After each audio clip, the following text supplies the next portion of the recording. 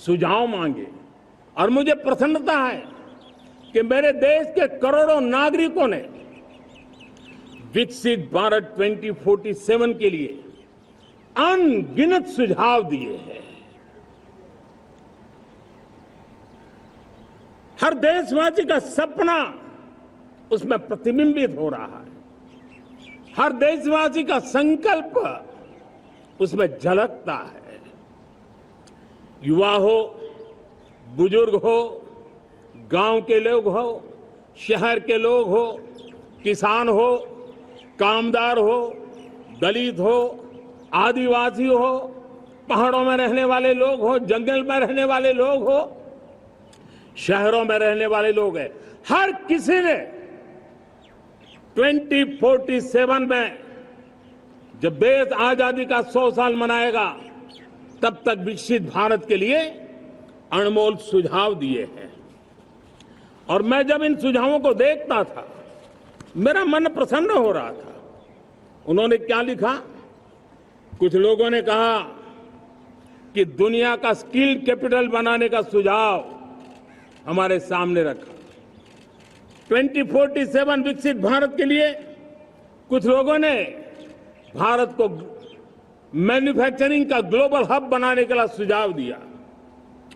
कुछ लोगों ने भारत की हमारी यूनिवर्सिटीज ग्लोबल बने इसके लिए सुझाव दिया।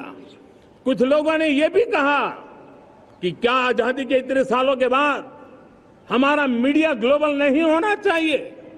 कुछ लोगों ने यह भी कहा कि हमारा स्किल्ड युवा विश्व की पहली पसंद बनना चाहिए। कुछ लोगों ने सुझाव दिया भारत को जल्द से जल्द जीवन के हर क्षेत्र में आत्मनिर्भर बनना चाहिए। कई लोगों ने सुझाव दिया कि हमारे किसान जो मोटा अनाज पैदा करते हैं, जिसको हम श्री अन्न कहते हैं, उस सुपर फूड को दुनिया के हर डाइनिंग टेबल पर पहुंचाना है। हमें विश्व के पोषण को भी बल देना है और भारत के छोटे किसानों को भी मजबूती देनी है। कई लोगों ने सुझाव दिया कि देश में स्थानीय स्वराज की संस्थाओं से लेकर के अनेक इकाइयां हैं, उन सब में गवर्नेंस के रिफॉर्म की बहुत जरूरत है। कई लोगों ने लिखा कि न्याय के अंदर जो विलंब हो रहा है उसके प्रति चिंता जाहिर की और यह भी कहा कि हमारे देश में न्याय व्यवस्था में रिफॉर्म की बहुत बड़ी जरूरत है। कई लोगों ने लिखा कि कई ग्रीनफील्ड सिटीज बनाने की अब समय की मांग है। किसी ने बढ़ती हुई प्राकृतिक आपदाओं के बीच शासन प्रशासन में कैपेसिटी बिल्डिंग के लिए एक अभियान चलाने का सुझाव दिया। बहुत सारे लोगों ने यह सपना भी देखा है कि अंतरिक्ष में भारत का स्पेस स्टेशन जल्द से जल्द बनना चाहिए। किसी ने कहा भारत की जो पारंपरिक ट्रेडिशनल मेडिसिन है, हमारी औषधि है, दुनिया जब आज होलिस्टिक हेल्थ केयर की तरफ जा रही है तब हमें भारत की पारंपरिक औषधियां और वेलनेस हब के रूप में भारत को विकसित करना चाहिए। कोई कहते हैं कि अब देर नहीं होनी चाहिए, भारत जल्द से जल्द दुनिया की तीसरी सबसे बड़ी इकोनॉमी बनना चाहिए।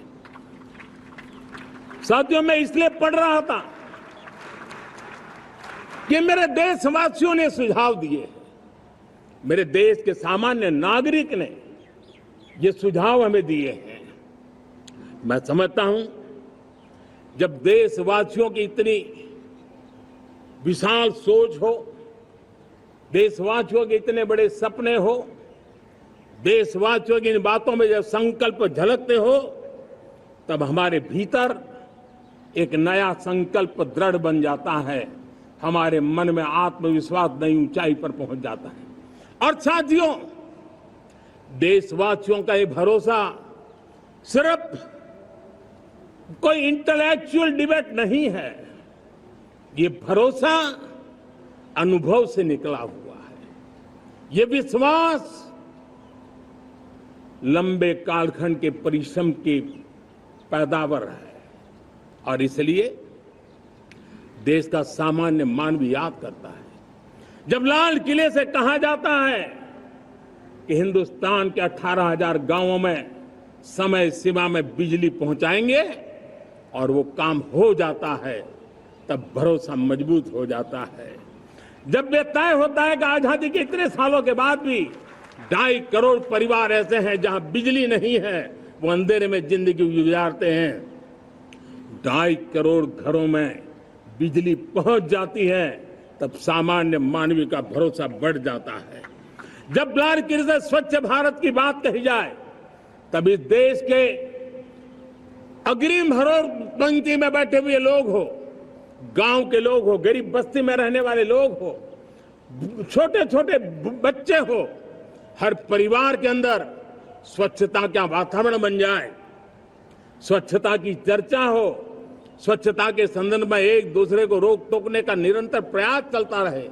मैं समझता हूं कि ये भारत के अंदर आई हुई नई चेतना का प्रतिबिंब है। जब देश के सामने लाल किले से कहा जाए कि आज हमारे परिवारों में 3 करोड़ परिवार ऐसे हैं जिनके घर में नल से जल मिलता है, आवश्यक है हमारे इन परिवारों को पीने का शुद्ध पानी पहुंचे।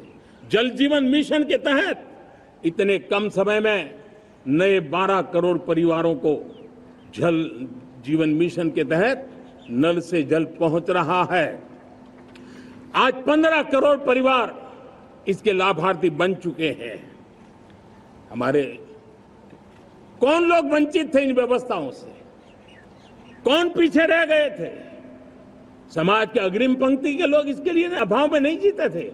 मेरे दलित, मेरे पीड़ित, मेरे शोषित, मेरे आदिवासी भाई बहन, मेरे गरीब भाई बहन, मेरे झुग्गी झोपड़ी में जिंदगी गुजारने वाले लोग, वही तो इन चीजों के अभाव में जी रहे थे। हमने अनेक ऐसे प्राथमिक आवश्यकताओं की पूर्ति के लिए जो प्रयास किया और उसका परिणाम हमारे इन सारे समाज के बंधुओं को मिला है। हमने वोकल फॉर लोकल का मंत्र दिया। आज मुझे खुशी है कि वोकल फॉर लोकल ने अर्थतंत्र के लिए एक नया मंत्र बन गया है। हर डिस्ट्रिक्ट अपनी पैदावार के लिए गर्व करने लगा है। 1 डिस्ट्रिक्ट 1 प्रोडक्ट का माहौल बना है। अब 1 डिस्ट्रिक्ट 1 प्रोडक्ट को 1 डिस्ट्रिक्ट का 1 प्रोडक्ट एक्सपोर्ट कैसे हो, उस दिशा में हर जिले सोचने लगे हैं।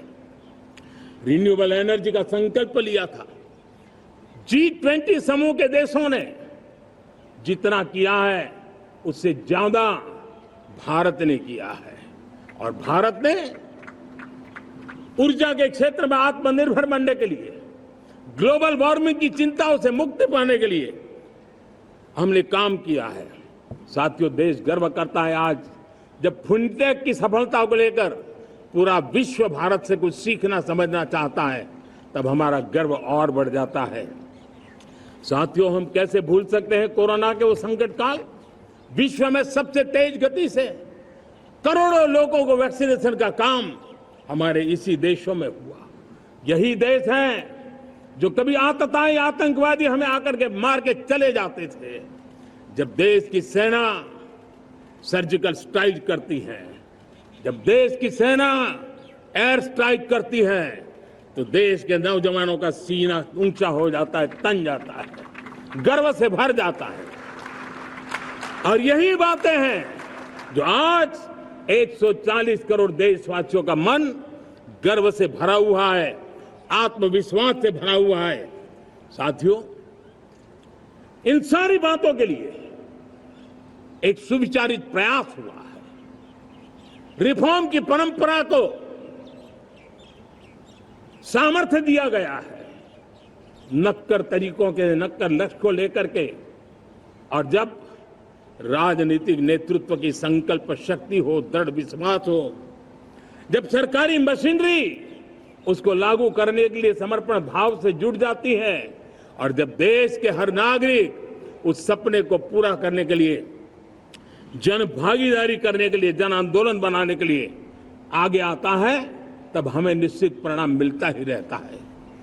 मेरे प्यारे देशवासियों, हम ये न भूलें कि देश उस परिस्थितियों से भी दशकों तक भी आजादी के बाद समय बिताया है, जब होती है, चलती है। अरे यार ये तो चलेगा, अरे हमें क्या मेहनत करने की जरूरत है, अरे मामला है अगली पीढ़ी देखेगी, अरे हमको मौका मिला है यार मौज कर लो, आगे वाला आगे का जाने, हमें क्या करना है, हम अपना समय निकाल दें। अरे नया करने जाओगे कोई बवाल उठ जाए, पता नहीं क्यों देश में स्टेटस को का माहौल बन गया था, जो है उसी से गुजारा कर लो, यही का माहौल बन गया था। और लोग तो कहते हैं अरे भाई छोड़ो अब कुछ होने वाला नहीं है, चलो, ऐसा ही मन मर गया था। हमें इस मानसिकता को तोड़ना था, हमें विश्वास से भरना था, और हमने उस दिशा में प्रयास किया। कई लोग तो कहते थे अरे भाई अगली पीढ़ी के लिए काम हम अभी से क्यों करें, हम तो आज का देखें। लेकिन देश का सामान्य नागरिक ये नहीं चाहता, वो बदलाव के इंतजार में था, वो बदलाव चाहता था, उसकी ललक थी, लेकिन उसके सपनों को किसी ने तवज्जो नहीं दी, उसकी आशा आकांक्षाओं को अपेक्षाओं को तवज्जो नहीं दी गई, और उसके कारण वो मुसीबतों को झेलते हुए गुजारा करता रहा, वो रिफॉर्म्स का इंतजार करता रहा।